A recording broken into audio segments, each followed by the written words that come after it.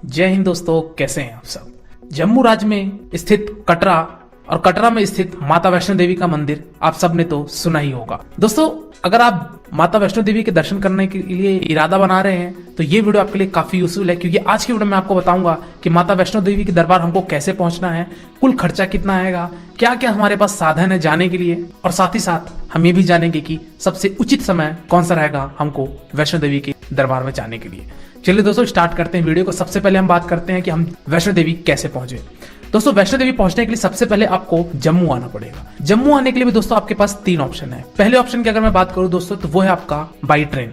दोस्तों, आपको अपने शहर से जम्मू के लिए डायरेक्ट ट्रेन मिल जाएगी। अगर आपको ट्रेन डायरेक्ट अवेलेबल नहीं है तो आप दिल्ली आ सकते हैं और दिल्ली से भी आप जम्मू पहुंच सकते हैं, क्योंकि दिल्ली से बहुत सारी ट्रेनें जम्मू के लिए चलती हैं। दोस्तों, जम्मू से आगे आपको और अभी जाना पड़ेगा कटरा, जो कि है 68 किलोमीटर। दोस्तों, जम्मू से कटरा के लिए बहुत सारी ट्रेनें हैं, और यदि आप दिल्ली से ट्रेन लिए हैं तो दिल्ली से डायरेक्ट कटरा के लिए भी आपको ट्रेन मिल जाएगी। तो दोस्तों, आपको कटरा ये ट्रेन के माध्यम से तो हम पहुंच गए हैं। दूसरे ऑप्शन की बात करता हूं दोस्तों, बस। अगर आप बस से आ रहे हैं तो आप जम्मू होते हुए आपको कटरा आना पड़ेगा। अगर आप ट्रेन से आ रहे हैं और अगर आपको ट्रेन नहीं मिलती है कटरा के लिए तो आप जम्मू स्टेशन के बाहर चले जाइए बस स्टैंड। बस स्टैंड से आपको हर आधे 1 घंटे में कटरा के लिए बस मिलती है। 2 घंटे में आपका कटरा का सफर तय हो जाएगा। तीसरे ऑप्शन की बात करता हूं दोस्तों मैं फ्लाइट से। दोस्तों, नियरेस्ट फ्लाइट आपका पठानकोट है, लेकिन पठानकोट तक सारी फ्लाइट नहीं आ पाती हैं, तो आप चंडीगढ़ आ सकते हैं या फिर आप अमृतसर आ सकते हैं, और वहां से आप बाई ट्रेन या फिर बाई बस भी आप कटरा पहुंच सकते हैं। चलिए दोस्तों, हम अब कटरा पहुंच चुके हैं। कटरा के बाद हमको अब क्या करना है, सबसे पहला क्वेश्चन ये आता है। दोस्तों, अगर आप शाम को कटरा पहुंच रहे हैं या फिर आपको अंधेरा हो जा रहा है कटरा पहुंचते पहुंचते, तो मैं ये रिकमेंड करूंगा कि आप कटरा में उस दिन रुक जाइए और अर्ली मॉर्निंग आप ट्रैकिंग करना स्टार्ट कर दीजिए माता वैष्णो देवी के लिए। तो दोस्तों, कटरा में रुकने के लिए आपके पास 2 ऑप्शन है। पहला तो ये कि आप प्राइवेट होटल ले लीजिए, और दूसरा ये कि आप श्राइन बोर्ड का रूम आप ले सकते हैं। दोस्तों, अब क्वेश्चन ये आया होगा कि ये श्राइन बोर्ड क्या है। दोस्तों, श्राइन बोर्ड हमारा वैष्णो देवी का जो संस्था है, यानी कि जो उनका ट्रस्ट है, ट्रस्ट की तरफ से कटरा में रूम की फैसिलिटी आपको दी गई है, तो आप वहां के रूम भी ले सकते हैं। वहां की फैसिलिटी अच्छी होती है। तो दोस्तों, श्राइन बोर्ड के भी वहां रूम है, और उस कॉम्प्लेक्स का नाम है निहारिका कॉम्प्लेक्स। तो दोस्तों, आप श्राइन बोर्ड की वेबसाइट में जाके विजिट कर सकते हैं और आप अपनी ऑनलाइन बुकिंग भी करा सकते हैं निहारिका कॉम्प्लेक्स में। अगर आप डॉर्मेंट्री चाहते हैं तो डॉर्मेंट्री ले सकते हैं, या फिर आप रूम चाहते हैं तो आप रूम भी ले सकते हैं। तो दोस्तों, ये आपकी वेबसाइट है, आप वैष्णो देवी के श्राइन बोर्ड में आप जाके विजिट कर सकते हैं और अपने रूम की बुकिंग कर सकते हैं। दोस्तों, अगर आपको रूम नहीं मिलता है तो वहाँ बहुत सारे प्राइवेट होटल्स हैं, तो वहाँ पे आपको 400 रुपए से लेके 1000 रुपए तक के आपको ढेर सारे होटल्स मिल जाएंगे, जो कि बस स्टैंड से ही लगा हुआ है। दोस्तों, बस स्टैंड के बाजू में ही आपका निहारिका कॉम्प्लेक्स है, तो अगर आप ऑनलाइन बुकिंग करते हैं और आपको श्राइन बोर्ड की रूम मिल जाती है तो आप निहारिका कॉम्प्लेक्स में ही बस स्टैंड से लगा हुआ ही बना हुआ है, तो आप वहाँ जाके ठहर सकते हैं। दोस्तों, अगर खाने पीने की बात करूँ दोस्तों, तो वहाँ पे कटरा में ही आपको खाने पीने की भी सुविधाएं मिल जाएंगी। बहुत सारे वहाँ पे होटल्स हैं, और उनका जो रेट है वो भी नॉमिनल रेट है, यानी कि थाली सिस्टम के हिसाब से अगर मैं बात करूँ तो 80 रुपए 100 रुपए में आपको कटरा में खाना आराम से उपलब्ध हो जाएगा। चलिए दोस्तों, अब बात करते हैं हम यहाँ पे कि हमको कटरा के बाद आगे यात्रा से पहले हमको और क्या चीजें करनी है। दोस्तों, सबसे पहले आपको काम करना है कि आप वैष्णो देवी यात्रा के लिए बढ़ेंगे तो आपको यात्रा पर्ची निकलवाना बहुत ज्यादा जरूरी है। यात्रा पर्ची का मतलब है एक्सिस कार्ड। एक्सिस कार्ड हमारा कटरा से ही निकल जाएगा, बस स्टैंड से ही लगा हुआ है, तो आप वहां से भी एक्सिस कार्ड ले सकते हैं। या फिर अगर आप ट्रेन से आ रहे हैं दोस्तों, तो रेलवे स्टेशन पे भी काउंटर बना हुआ है, वहां से भी आप यात्रा पर्ची निकलवा सकते हैं। या फिर अगर आप ऑफलाइन नहीं लेना चाहते तो आप ऑनलाइन भी निकाल सकते हैं, ये फ्री ऑफ कॉस्ट होता है, तो आप यात्रा पर्ची ऑनलाइन भी आप निकाल सकते हैं। इसी वेबसाइट में आप जाकर विजिट करके अपना यात्रा पर्ची निकलवा सकते हैं। जो भी आपका डेट रहेगा उस डेट पे आप यात्रा पर्ची निकलवा लीजिएगा। चलिए दोस्तों, बढ़ते हैं हम अपने वैष्णो देवी यात्रा की तरफ। अब मैं थोड़ी सी बात कर लेता दोस्तों कि हमको माता के दरबार में पहुंचने के लिए हमको किन किन जगहों को हमको याद करना जरूरी है, क्योंकि अभी वीडियो में मैं आपको इन सारे जगहों के नाम मैं आपको यूज करूंगा, इसलिए आप पहले एक लाइन डायग्राम के साथ आप थोड़ा सा समझ लीजिए। दोस्तों, अभी हम कटरा पे हैं और हमको माता वैष्णो देवी के पास जाना है। दोस्तों, जहां पे माता वैष्णो देवी का मंदिर है उस जगह को कहा जाता है भवन। और दोस्तों, भवन और कटरा के बीच में हमारा एक जगह पड़ता है अधकुवारी। लेकिन दोस्तों, आपको जो पैदल यात्रा करनी है वो आपको कटरा से नहीं करनी है, बल्कि आपको ताराकोट मार्ग या फिर आपको बाणगंगा मार्ग से करना है। सबसे पहले मार्ग की बात करूं दोस्तों मैं, वो है बाणगंगा। दोस्तों, बाणगंगा मार्ग से आपको सबसे पहले कटरा से आप बाणगंगा कैसे पहुंचेंगे, तो आपको ऑटो वाला आपको छोड़ देगा, और बाणगंगा से लेके आपको भवन तक, यानी कि माता वैष्णो देवी के दरबार तक आपकी जो दूरी रहेगी वो आपकी 12 किलोमीटर की ट्रैकिंग पड़ेगी। दोस्तों, बात करता हूं मैं यहाँ पे बाणगंगा से हमको भवन जाने के लिए क्या क्या हमको वहां पे सुविधाएं मिलेंगी और हमको साथ ही साथ क्या क्या चीज हमको देखने को मिलेंगी। दोस्तों अगर आप बाणगंगा होते हुए अगर आप भवन जाते हैं तो आपको जो समस्या आएगी वो एक चीज की आएगी कि वहां पे जो रास्ता है, जो आप चढ़ाई करेंगे तो वहां पे घोड़े खच्चरों का आवागमन चालू रहता है, जिससे होता यह है कि आपको थोड़ी सी समस्याएं होती है जो पैदल यात्री रहते हैं। और दूसरी चीज ये कि आपको अगर बाणगंगा मार्ग से जाते हैं तो आप दो चीज के दर्शन कर सकते हैं। पहला तो ये कि आप बाणगंगा में वहां पे आप स्नान कर सकते हैं, और दूसरा आपको माता के चरण पादुका का भी आपको वहां दर्शन करने को मिल जाएगा। लेकिन यही अगर मैं बात करूं दोस्तों अगर ताराकोट मार्ग की, तो ताराकोट मार्ग से अगर आप भवन जाते हैं तो ये आपको 2 किलोमीटर ज्यादा पड़ता है, यानी कि ये 14 किलोमीटर का ट्रैकिंग है। लेकिन दोस्तों ताराकोट मार्ग बहुत ही कन्वीनियंट मार्ग है। इसका कारण ये है कि यहाँ पे सिर्फ पैदल यात्री ही चलते हैं। नया मार्ग ये बनाया गया है, नए मार्ग को ही हम ताराकोट मार्ग कहते हैं। और दूसरा ये कि आप भले ही 2 किलोमीटर की आपको चढ़ाई ज्यादा करनी पड़े, लेकिन यहाँ पे एकदम शांत और कम चढ़ाई में आप भवन पहुंच सकते हैं। दोस्तों अगर बाणगंगा मार्ग से जाते हैं तो उसकी जो चढ़ाई है वो थोड़ी सी ज्यादा है, तो वहां पे आपको थोड़ा सा थकान जल्दी होगा। लेकिन ताराकोट मार्ग में जो वहां की चढ़ाई है वो थोड़ी सी कम है, जिससे होगा ये कि आपका 2 किलोमीटर ज्यादा पड़ता है, लेकिन आप आराम से यात्रा कर सकते हैं। तो ताराकोट मार्ग से भी आप भवन जा सकते हैं और आप बाणगंगा से भी भवन जा सकते हैं। मेरा रिकमेंडेशन ये रहेगा कि आप ताराकोट मार्ग से भवन पहुंचिए, वापसी आने के लिए आप बाणगंगा से आइए, क्योंकि हमको जरूरी भी है माता का चरण पादुका का दर्शन करना और बाणगंगा में स्नान करना। चलिए दोस्तों अब यहाँ पे मैं बात करता हूँ दोस्तों कि ताराकोट से जो आप भवन पहुंच रहे थे, यानी कि माता के दरबार पहुंच रहे थे, वहां पे एक बीच में एक और जगह पड़ेगा जिसको कहा जाता है अर्धकुमारी।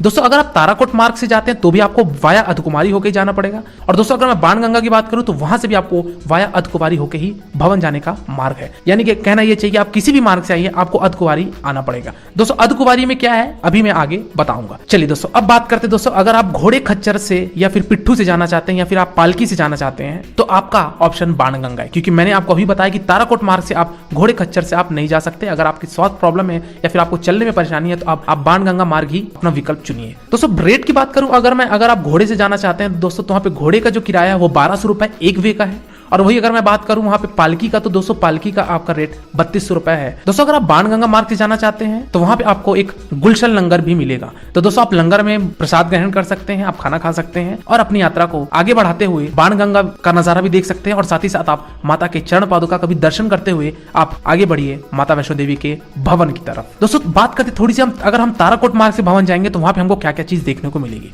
दोस्तों ताराकोट मार्ग से अगर आप जाते हैं तो वहां पे भी आपको एक लंगर देखने को मिलेगा, जो कि वो लंगर श्राइन बोर्ड का है। और दूसरी चीज आपको बहुत जगह जगह पे भोजनालय हैं, तो आपको भोजनालय भी आपको मिलेंगे, और साथ ही साथ आपको जगह जगह पे आपको टी स्टॉल देखने को मिलेगा, जगह जगह आपको रिफ्रेशमेंट सेंटर देखने को मिलेगा, वॉशरूम की सुविधाएं हैं, रेस्ट करने के लिए आपको वहां पे चेयर लगी हुई है, वाटर कूलर की व्यवस्था है, और साथ ही साथ डिस्पेंसरी की भी सुविधाएं। अगर आपको किसी प्रकार की कोई समस्या होती है आप डिस्पेंसरी जा सकते हैं। तो दोस्तों आप चाहे ताराकोट मार्ग से जाइए चाहे बाणगंगा से जाइए, हमको सबसे पहले पहुंचना है अर्धकुमारी। तो दोस्तों आप पैदल यात्रा करिए, चाहे आप घोड़े खच्चर से जाइए चाहे आप पालकी से जाइए, जैसा आप उचित लगता है आप वो यात्रा करिए। दोस्तों अगर आप पैदल यात्रा कर रहे हैं तो डिपेंड करता है कि आपकी कितनी स्टेमिना है, आप किस स्पीड से आप चल रहे हैं, उस हिसाब से आपको वहां पे समय लग जाएगा। लेकिन एक नॉमिनल समय की अगर मैं बात करूं दोस्तों तो आप 7 से 8 घंटे में आराम से आप पैदल यात्रा पूर्ण कर लेंगे, यानी कि आप भवन तक पहुंचने के आपको 7 से 8 घंटा लग जाएगा। चलिए दोस्तों अब बात करते हैं हम अर्धकुमारी पहुंच चुके हैं। सबसे पहला प्रश्न ये आएगा कि हम अर्धकुमारी में क्यों रुके। तो दोस्तों अर्धकुमारी में रुकने के लिए आपके पास 2 कारण हैं। पहले कारण की अगर मैं बात करूं दोस्तों गर्भगृह। दोस्तों गर्भगृह में माता ने 9 महीने गुफा में रहकर बिताया था। दूसरा ये कि वहां पे आरती होती है शाम को 6 बजे सुबह 6 बजे, तो आरती में भी आप सम्मिलित हो सकते हैं। तो इसलिए आपको आरती में और गर्भगृह का एक बार दर्शन जरूर करना चाहिए, इसलिए मैंने कहा कि आप अर्धकुमारी में रुकिए। बात करते दोस्तों हम यहाँ पे कि हम गर्भगृह का दर्शन करें कैसे। दोस्तों यहाँ पे गर्भगृह में दर्शन करने के लिए जो गुफा है वो बहुत संकीर्ण गुफा है। तो संकीर्ण गुफा होने की वजह से है कि वहाँ पे भक्त बहुत ज्यादा होते हैं, इसीलिए वहाँ पे जो दर्शन दिया जाता है वो बैच में भेजा जाता है। आपको दोस्तों टोकन दिया जाएगा और टोकन में आपको 6 से 8 घंटे लग जाते हैं। और अगर आप पीक सीजन में आते हैं यानी कि आप नवरात्रि के समय पे आते हैं तो आपको 12 घंटा भी समय लग जाता है आपका नंबर आने तक का। तो दोस्तों अगर आपका 12 घंटे या फिर उससे ज्यादा लग रहे हैं तो मैं यही रिकमेंड करूंगा कि आप टोकन लेकर आप अर्धकुमारी से भवन की तरफ रवानगी ले लीजिए। लेकिन अगर वही मैं बात करूं दोस्तों अगर आपका 4 घंटे 6 घंटे में आपका नंबर आता है तो आप अर्धकुमारी में स्टे कर लीजिए और अपना गर्भगृह का दर्शन करके ही भवन की तरफ प्रस्थान कीजिए। दोस्तों बात करें हम कि अर्धकुमारी में हमको कैसे रुकना है और रुकने की वहाँ क्या व्यवस्थाएं हैं। दोस्तों श्राइन बोर्ड के वहाँ पे रूम बने हुए हैं और डॉर्मेंट्री बनी हुई है, तो वहाँ पे भी आप इसी वेबसाइट में जाके ऑनलाइन आप बुकिंग कर सकते हैं। अगर आपको अर्धकुमारी में एक दिन गुजारना है तो आप वहाँ श्राइन बोर्ड की वेबसाइट में जाके रूम या फिर आप डॉर्मेंट्री दोनों में से किसी एक को आप चुन सकते हैं। दोस्तों अगर आपको रूम भी नहीं मिलता और अगर आपको डॉर्मेंट्री भी नहीं मिलता तो मैं तीसरा ऑप्शन बताता हूं दोस्तों, वहां पे आपको मिलेगा हॉल। दोस्तों हॉल में आपको कंबल दे दिया जाएगा। कंबल का जो किराया दोस्तों वो 100 रुपए पर पर्सन है, लेकिन ये पैसा आपका रिफंड हो जाएगा जब आप सुबह कंबल रिटर्न करेंगे। तो दोस्तों अगर आप कंबल लेना चाहते हैं, अगर आपको रूम नहीं मिलता है तो आप कंबल ले लीजिए, जितने आपको कंबल चाहिए, जितने पर्सन है उतना कंबल आपको इश्यू हो जाएगा, और अगले दिन जब आप कंबल रिटर्न करेंगे या आप जब भी रिटर्न करेंगे तो आपको वो 100 रुपए वापस रिटर्न कर दिया जाएगा। चलिए दोस्तों अब बात करते हैं दोस्तों हमको बेस्ट सीजन कौन सा रहेगा माता वैष्णो देवी के दर्शन करने के लिए। दोस्तों अगर आप भीड़ भाड़ नहीं चाहते हैं तो मैं ये रिकमेंड करूंगा कि आप नवरात्रि वाला सीजन छोड़ दीजिए, क्योंकि दोनों नवरात्रि में माता वैष्णो देवी में बहुत ज्यादा भीड़ होती है। और दूसरा ये कि आप मानसून में भी आने का प्रयास कम करिए। कारण ये है कि आपको कभी कभार लैंडस्लाइड की प्रॉब्लम हो जाती है ट्रैकिंग करने के दौरान, तो जिससे होता है कि रास्ता जाम हो जाता है और रास्ता जाम होने की वजह से यात्रियों को काफी समस्याओं का सामना करना पड़ता है। तो आप किसी भी महीने आ सकते हैं इन दोनों को केवल छोड़कर। चलिए दोस्तों इसी के साथ साथ ये भी बात कर लेते हैं कि हमको कितने दिन का प्लान करना चाहिए माता वैष्णो देवी के लिए। तो दोस्तों मैं ये रिकमेंड करूंगा कि अगर आप अर्धकुंवारी में दर्शन करना चाहते हैं, माता की आरती में सम्मिलित होना चाहते हैं और गर्भगृह का दर्शन करना चाहते हैं तो आप 3 दिन का स्टे बनाइए। दोस्तों यहाँ पे मैंने आपके ट्रेन के और आने के दिन को ऐड नहीं किया, मैं बस इतना कहना चाह रहा हूँ कि एक दिन आपका ट्रैकिंग करने के लिए, एक दिन आपका अर्धकुंवारी में रुकने के लिए और तीसरा दिन आपका वापस कटरा जाने के लिए। दोस्तों अगर आप यही ऑफ सीजन में आते हैं तो दोस्तों ऑफ सीजन में 2 दिन भी सफिशिएंट है, क्योंकि अर्धकुंवारी में हमारा 6 से 8 घंटे में दर्शन हो जाता है, जिससे ये है कि आपका 2 दिन में ही दर्शन हो जाते हैं। चलिए दोस्तों बात करते हैं हम अर्धकुंवारी से भवन की तरफ बढ़ने के लिए। दोस्तों अर्धकुंवारी में अगर आप थक चुके हैं, अगर आपका चलने का साहस नहीं है, चलने का आप इरादा नहीं बन रहा है, तो वहां पे भी आपको घोड़े, खच्चर और पालकी मिलते हैं। दोस्तों अर्धकुंवारी से जो भवन तक का जो किराया लेते हैं घोड़े वाले वो लेते हैं 600 रुपए, और अगर वही बात करूं मैं पालकी का तो पालकी वाले लेते हैं 1700 रुपए।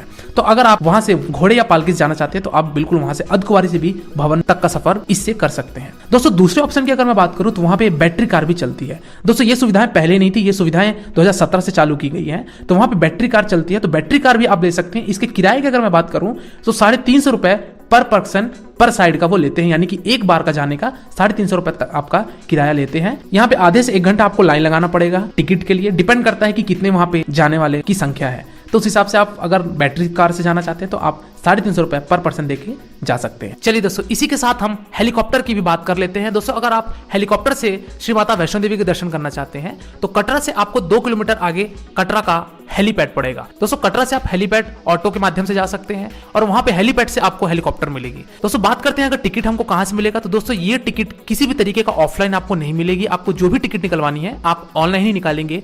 कहां से निकालेंगे दोस्तों, तो ये आप matavaishnodevi.org वेबसाइट पे जाके आप अपनी हेलीकॉप्टर की टिकट निकाल सकते हैं। दोस्तों आपको कटरा से अगर आप उड़ान भरते हैं तो आपको हेलीकॉप्टर वाला उतारेगा सांची छत। सांची छत जगह का नाम है जहां पे हेलीपैड बना हुआ है। दोस्तों बात करते हैं कि हमने कटरा से उड़ान भरी और हम सांची छत उतरे।